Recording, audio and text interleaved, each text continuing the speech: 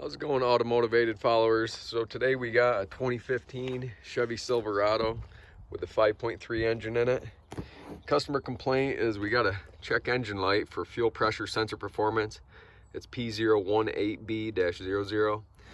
And if you go into the data, here, read data stream,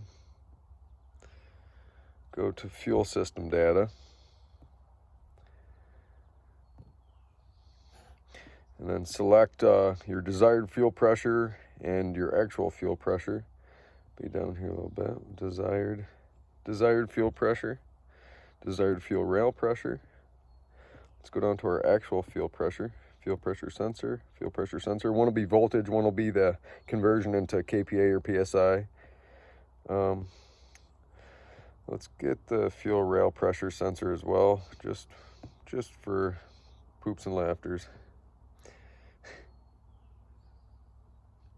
So as we can see, we got a 61.77 psi desired fuel rail pressure or fuel pressure, and then our actual fuel pressure is 110 psi. So right there we got a discrepancy. Anytime you see that big of a discrepancy between desired and actual fuel pressure, or any sensor that's desired and actual, you have an issue for sure. So what I'm going to do is take my test light and see if I can manipulate this fuel pressure sensor to give a different value, because it seems, if you look, the max value is 110.92 psi. We're at the absolute max. So right now this sensor's stuck at its max value. So it's either stuck high resistance or stuck low resistance. However this sensor works, I'm not sure. But let me show you guys manipulating the fuel pressure sensor with a test light. So right now I'm T-pinned into the positive feed for the sensor and the sensor signal return to the computer. And if I jump my test light across that power and signal return, see how there's a change in my pressure? See that going from 0? It jumps up. I can't hold my phone very good and do this at the same time, so it's gonna happen fast, but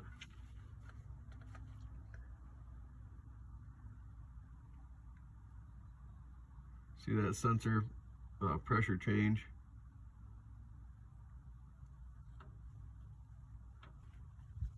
Let me try to get a little better connection on it here. Okay, there we go. See how that pressure's stuck up there? Then I release, and it drops back down. So right there, we verified all the circuit integrity, all the positive feed coming in, and the signal going from this sensor to the computer. We didn't verify the ground, which I probably could by touching the ground from the positive.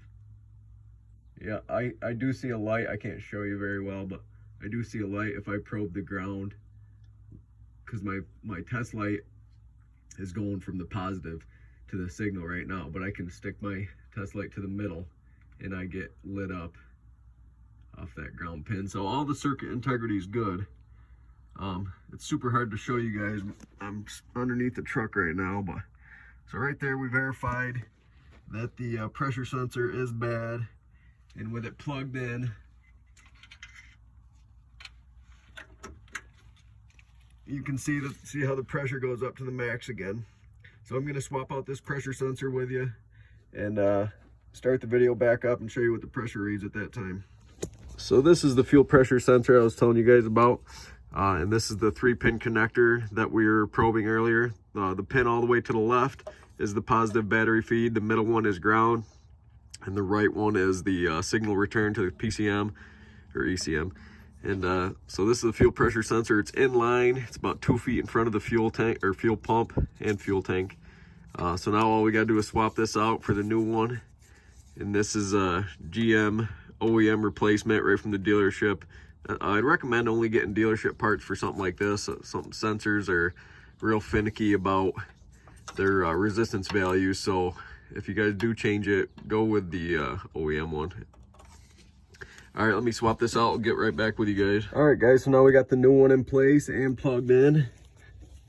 And you can see that the pressure is staying at 0, which is good, because last time, as soon as we plugged that thing in, it jumped right up to the max 110.92.